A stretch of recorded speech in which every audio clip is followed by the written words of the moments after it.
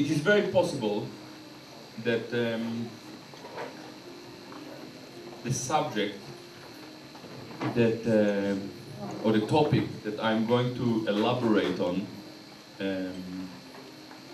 this afternoon, this evening, is slightly complicated. I'll try to make it as simple as I can, and the more I talk or present my ideas in America, I find out that actually the most interesting thing that can happen here is if I won't talk too much, then you'll have a chance to ask questions, and then we will develop an interesting dialogue. Zionism is a very confusing concept. Quite hard to understand. When you think about the idea that 3 years after the liberation of Auschwitz, Israel ethnically cleansed, expelled between 70 to 80% of the Palestinian population.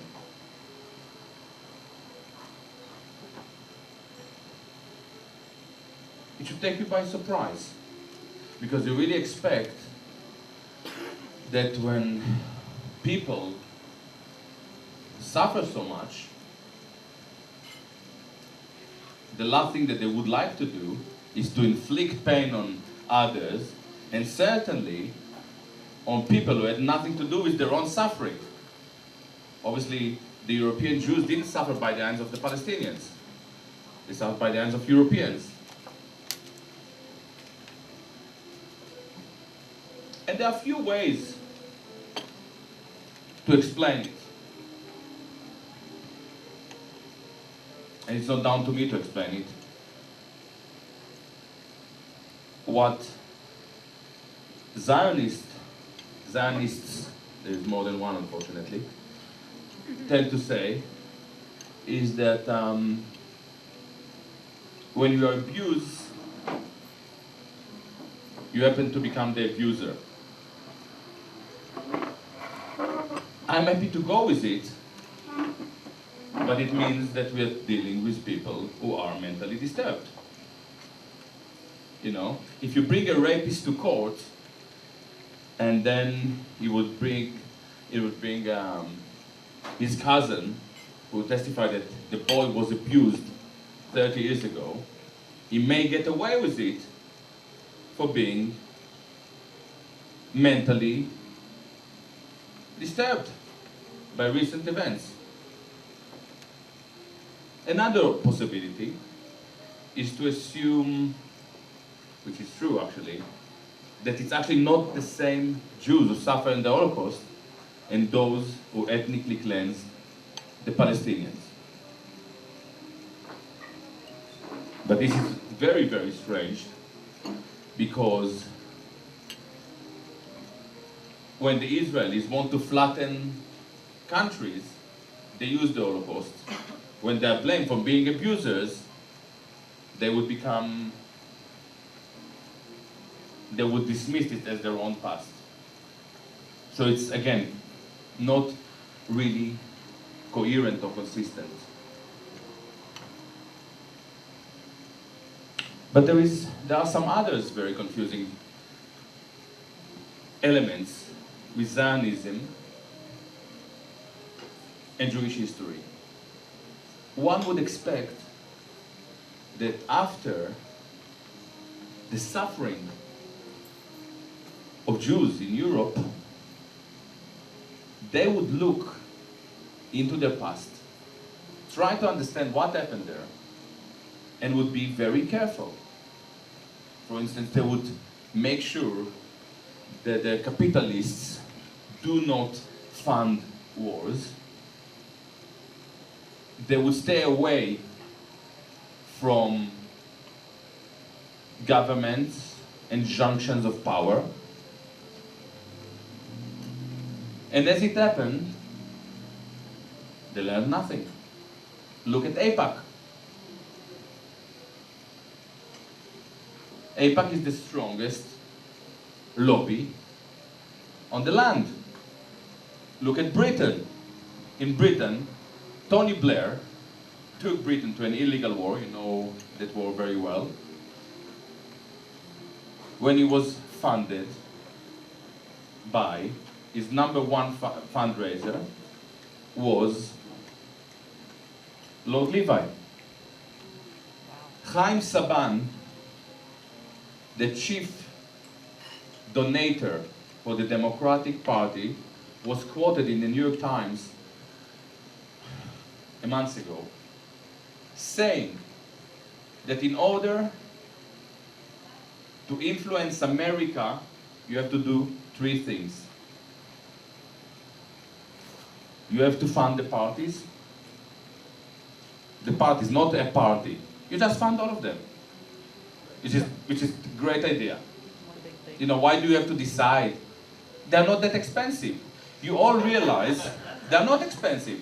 You realize that to buy a F-15, if you want to buy a F-15, I like to fly kind of fast. And, you know, if you want to fly a F-15, or if you want to buy one, it costs a lot of money. Even a tank is a very expensive thing. Your politicians are very cheap. You take them to 2-3 tours to Israel. You show them the Negev, you know, you put them in Hilton, 5 stars. Hilton probably give kind of a good price because it's a Zionist cause. You bring them back. You buy them a swimming pool. And they're yours. They sign, they're friends of Israel, they do whatever you want. It's nothing. It's really cheap. It's much cheaper than running an army. Few months later, they would support a war against Iraq, against Iran. It was very easy to turn America into an Israeli mission force. So Chaim Saban says,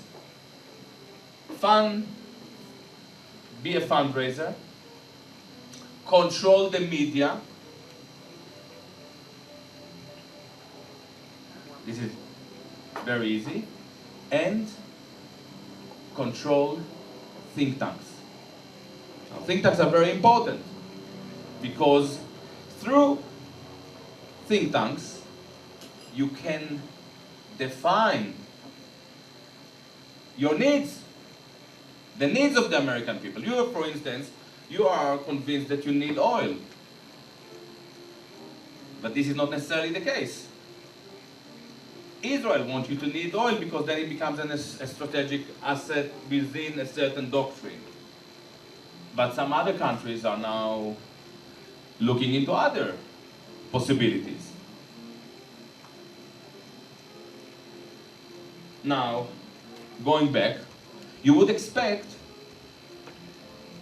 that after the Holocaust, Chaim Saban would keep quiet and wouldn't tell the Goyim, listen, we will control your politician, we will control your mania, and we will define your desires and interests.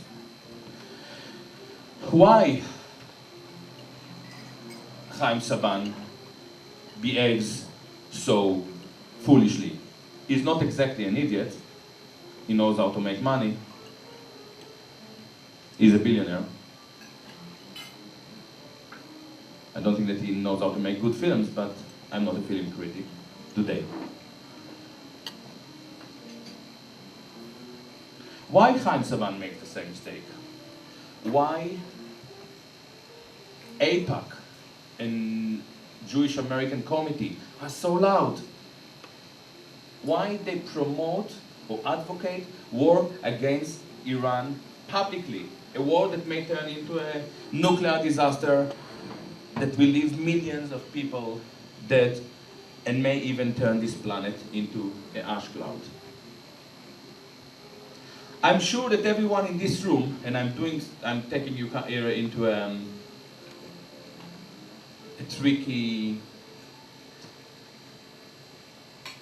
intellectual trick. I'm going to trick you now. I'm saying it in advance, so nobody can blame me for being dishonest. You all realize, for instance, that if Israel would launch tomorrow a nuclear attack on Iran, and as you may know, according to the Times, there are at the moment Israeli nuclear submarines stationed in the Persian Gulf. If Israel launches such an attack, this may lead into a total disaster, a world war, a nuclear battle. We cannot really speculate what will be the consequences, but it is very possible that when something as such happens, people all over the world would start to say, you know what? Hitler was right.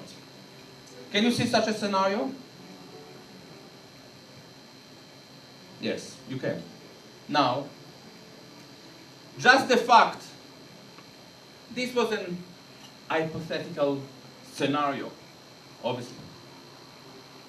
You can all see such a scenario, and you don't want it to happen, and you may even try to do whatever you can to prevent it. But unfortunately, and this is what I will try to explore today, unfortunately, the Israelis cannot see such a scenario with such a devastating consequences, and this is why they are so dangerous. Why do I say that they cannot see such a scenario? Because when they flattened Lebanon in 2006, they couldn't see the consequences. They couldn't. They couldn't see that the world would be outraged, and the tide would change. When they flattened Gaza 18 months ago,